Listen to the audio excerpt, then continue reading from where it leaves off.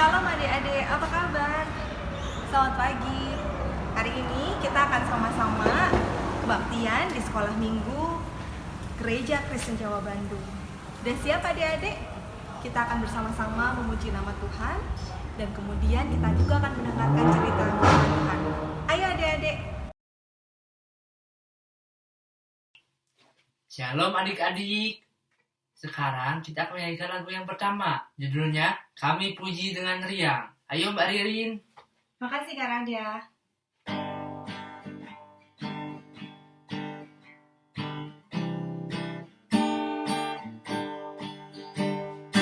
Kami puji dengan riang, Engkau Allah yang besar, bagai bunga terima siang, hati kami pun mekar.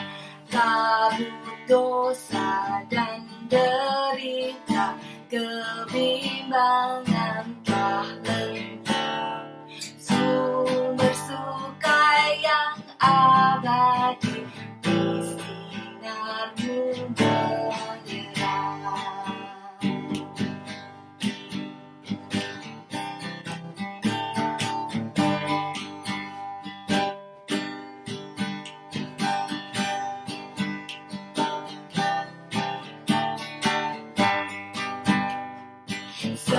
Semuanya yang Kau cipta memantulkan sinar-Mu, para malaikat surya naikkan puji bagi-Mu. Padang hutan samudra, bukit gunung dan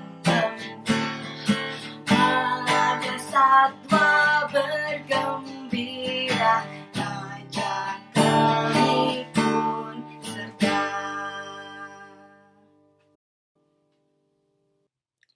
Adik-adik, mari kita bersatu dalam doa. Ya Tuhan, Allah Bapa kami yang bertahta di dalam kerajaan surga yang mulia, terima kasih ya Bapa, pada hari ini kami boleh bersama-sama berkumpul untuk memuji dan memuliakan nama-Mu. Berkatilah kebaktian minggu ini ya Tuhan, dari awal, pertengahan, hingga akhirnya. Biarlah hanya nama Tuhan saja yang dipermuliakan. Dalam nama Tuhan Yesus Kristus, kami berdoa dan mengucapkan syukur. Amin. Adik-adik, mari kita nyanyikan lagu yang kedua, yaitu lagu Kerja Buat Tuhan. Ayo adik.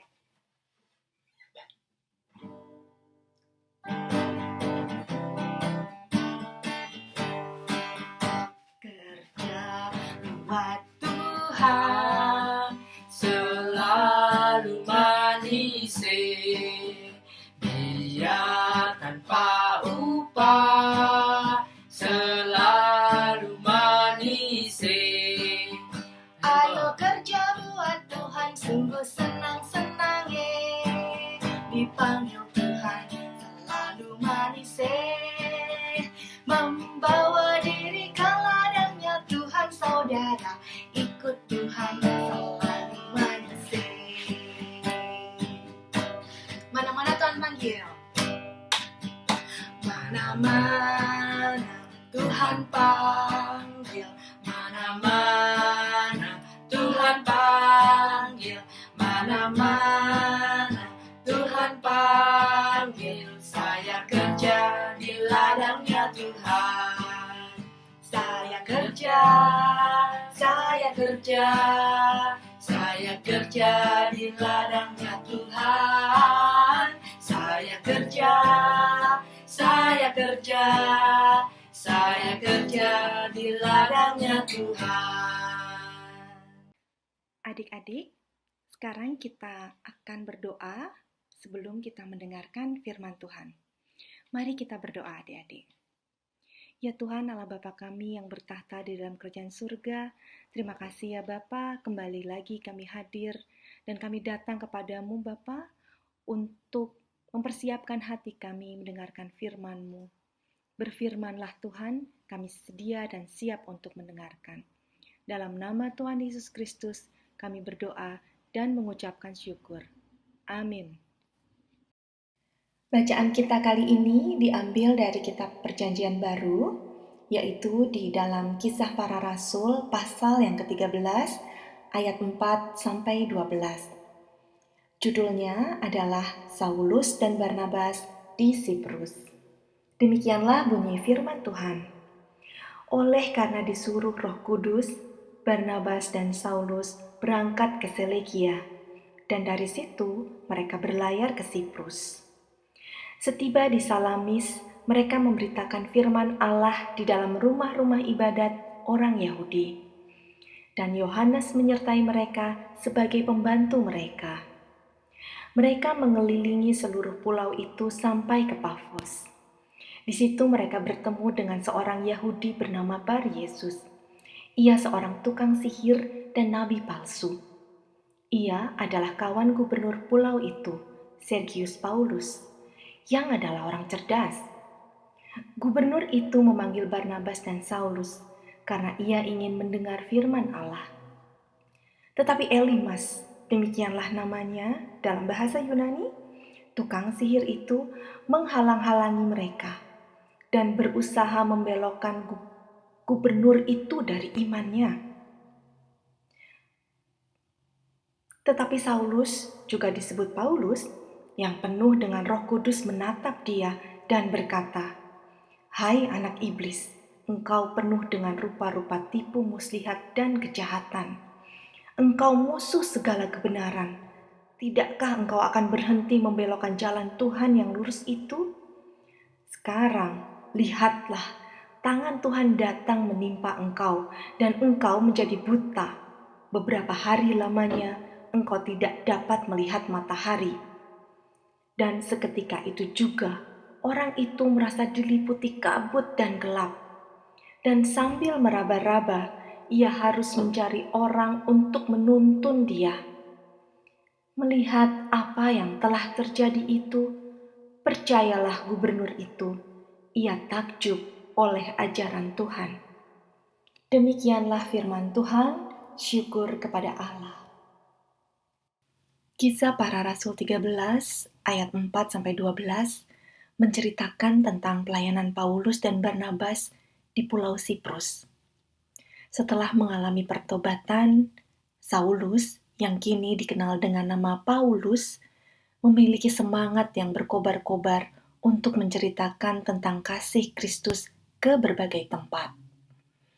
Ia ingin menyampaikan berita keselamatan kepada banyak orang pada saat itu.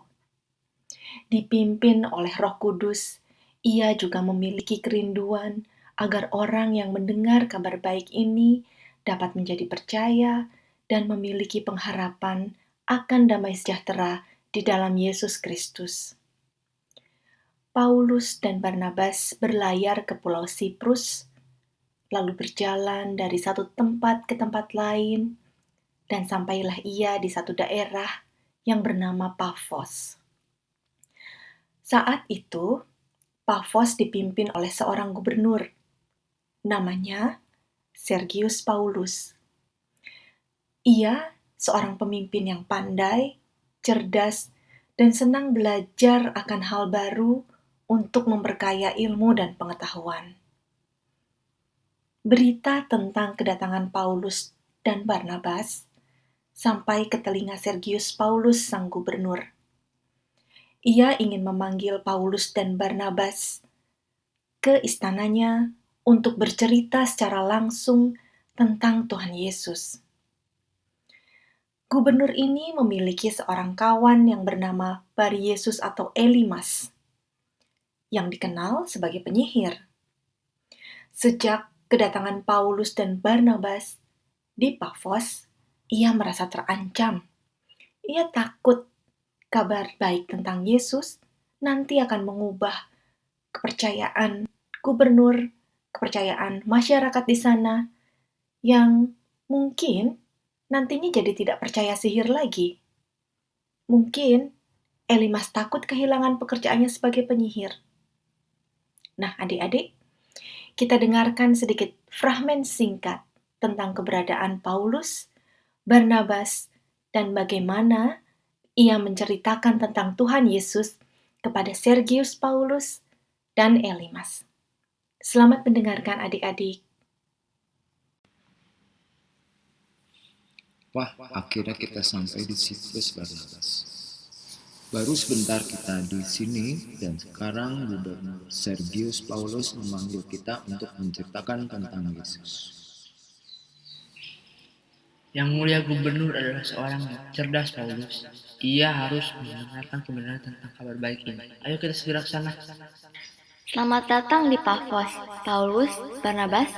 Saya sudah lama ingin mendengarkan kisah tentang Yesus yang sering Anda ceritakan. Terima kasih Gubernur yang mulia. Seperti yang mulia ketahui, nabi-nabi Yahudi telah menubuatkan akan kedatangan Sang Juru Selamat sejak dahulu, jauh sebelum Yesus lahir. Omong kosong. Nubuatan atau ramalan itu paling baru dituliskan beberapa tahun yang lalu, saat semuanya sudah terjadi. Tuhan tahu bahwa semua manusia berdosa. Maka Yesus Kristus dikirimkan untuk menebus dosa kita di kayu salib. Dengan demikian, kita bisa berdamai kembali dengan Tuhan. Berhenti bicara, Paulus. Kau membuat orang merasa bersalah, merasa berdosa. Lagi pula, Yesus telah mati bertahun-tahun yang lalu. Namun Yesus bangkit kembali, Gubernur. Yang mulia, Anda memiliki hak untuk menerima Yesus sebagai juru selamat secara pribadi. Dengan demikian, Tuhan Allah akan berada di dalam hatimu, seperti Dia berada di dalam hati kami juga. Buang semua omong kosongmu, Barnabas. Tidak ada orang yang akan percaya pada cerita itu. Hai roh jahat yang ada dalam hatimu, Elimas. Mengapa kamu selalu menentang kebenaran? Tuhan bisa membutakan matamu, seperti hatimu yang mulia. Hei, aku tidak bisa melihat. Tolong aku. Di mana pintu? Aku mau keluar. Tolong aku tidak bisa melihat. Aku percaya semua yang kau katakan, Paulus. Sekarang aku tahu bahwa Yesus tinggal dalam hatiku. Terima kasih telah menceritakan tentang Yesus kepadaku, wahai Paulus dan Barnabas. Hai adik-adik, tadi kita sudah mendengarkan cerita tentang Saulus atau Paulus dan Barnabas yang bersaksi adik-adik, yang menceritakan tentang kasih Tuhan Yesus ke tempat yang jauh, ke tempat yang asing buat orang-orang yang belum mengenal Tuhan Yesus atau yang dalam kesesakan, sehingga mereka akan dikuatkan jika mendengar cerita tentang Tuhan Yesus yang sangat mengasihi kita manusia. Adik-adik, bagaimana dengan kita saat ini? Nah, saat ini walaupun kita jauh, seperti Mbak Ririn saat ini yang berada di Australia untuk menempuh studi, bisa menyapa adik-adik sekalian, bisa berbagi cerita tentang Tuhan Yesus yang semoga bisa membuat adik-adik semakin kuat, semakin semangat dalam menjalani kehidupan ini. Dengan apa Mbak Ririn bisa menyapa? Ya, dengan bantuan internet teknologi. Ternyata di masa sekarang, kemajuan teknologi bisa kita gunakan untuk bersaksi. Untuk bertemu seperti ini walau kita jauh terpisah jarak dan waktu, dan bisa saling menyapa, menguatkan, bahkan mendoakan. Kalau di antara adik-adik ada yang mempunyai misalnya sosial media, atau mempunyai telepon atau handphone, bisa SMS, bisa menyapa saudara-saudara yang jauh, dan bisa saling mengingatkan tentang kasih Tuhan Yesus, itu juga merupakan bentuk kesaksian. Adik-adik mungkin tahu kalau yang punya sosial media nih, pasang-pasang status misalnya. Kalau pasang-pasang status itu berisi semangat atau berisi bagaimana Tuhan Yesus mengasihi adik-adik sehingga orang yang membaca menjadi semakin dikuatkan, itu juga menjadi kesaksian. Nah adik-adik, tetap semangat dalam bersaksi ya adik-adik, tetap semangat dalam melayani Tuhan, mengasihi Tuhan, berdoa dan memuji Tuhan. Mbak Ririn di sini menyampaikan dari Rossiter Park, Townsville, Queensland, Australia. Di sini kalau adik-adik lihat ada kura-kura lagi berenang, ada bebek lagi berenang, ikan-ikan. Puji Tuhan ya adik-adik, semua hidup damai, semua juga pastinya ikut memuji Tuhan. Semua yang bernafas ikut memuji Tuhan. Tuhan memberkati. Maaf ya adik-adik, Tuhan memberkati. Amin. Nah adik-adik, sekarang jadi timbul satu pertanyaan nih. Gimana caranya supaya aku bisa ikut bersaksi? Aku kan masih kecil, masih belum bisa pergi jauh. Gimana caranya ya adik-adik? Nah, adik-adik ternyata bisa bersaksi di dalam rumah. Adik-adik mungkin bisa mengajak ibu, bapak, kakek, nenek, kakak, adik untuk berdoa sama-sama, membaca Alkitab sama-sama, atau memuji Tuhan sama-sama. Nah, coba minggu ini adik lakukan salah satu dari kegiatan tersebut. Lalu difoto dan fotonya dikirim ke wali kelas masing-masing supaya nanti kita bisa berbagi bagaimana sih kesaksian di dalam keluarga yang bisa dilakukan oleh adik-adik. Terima kasih adik-adik, ditunggu fotonya. Salam. Nah adik-adik, setelah mendengarkan cerita tentang firman Tuhan mengenai bersaksi yang dilakukan oleh Paulus dan Barnabas, kita mau nyanyi nih nyanyian penutup kita, yaitu lagu himne sekolah minggu. Mbak Ririn sekali lagi dibantu oleh Kak Radia untuk mengiringi puji-pujian kita kali ini. Ayo Kak Radia. Ayo. Aku anak sekolah minggu, mau mengikut Yesus. Dia juru selamatku, Dia sang penebusku. Aku berjanji mengikut Dia, menjadi saksi di tengah dunia. Segenap hidupku, kata dan karya, ku persembahkan kepadanya.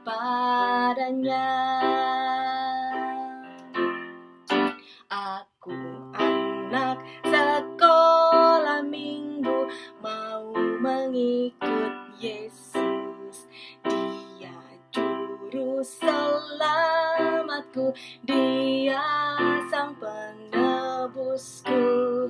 Aku berjanji mengikut Dia, menjadi saksi di tengah dunia.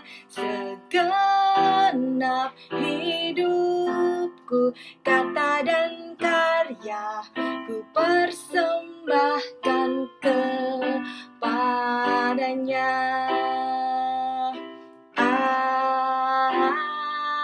Amin. Nah adik-adik, kita sudah mendengarkan firman Tuhan, memuji Tuhan. Dan jangan lupa ya adik-adik, tadi ada hal yang bisa adik lakukan di minggu ini sebagai refleksi untuk bersaksi di dalam keluarga. Kita tiba sampai pada penutup kebaktian ini, dan nanti doa penutup akan dibawakan oleh Mbak Naomi. Silakan Mbak Naomi. Halo adik-adik. Nah, gimana nih? Tadi kan kita udah sama-sama mendengarkan firman yang dibawakan oleh Mbak Ririn.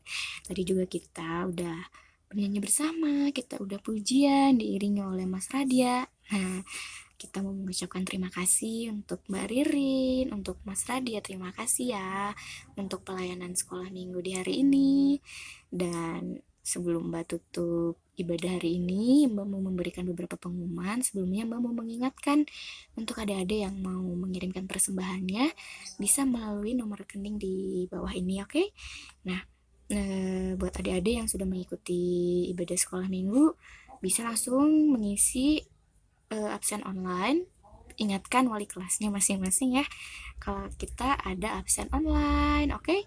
Nah, selanjutnya buat adik-adik yang mau mengisi pujian, senang bernyanyi, atau pengen baca Alkitab, pengen belajar berdoa, boleh banget kita sama-sama belajar untuk melayani di sekolah minggu online ini. Bisa langsung menghubungi Mbak Naomi, oke?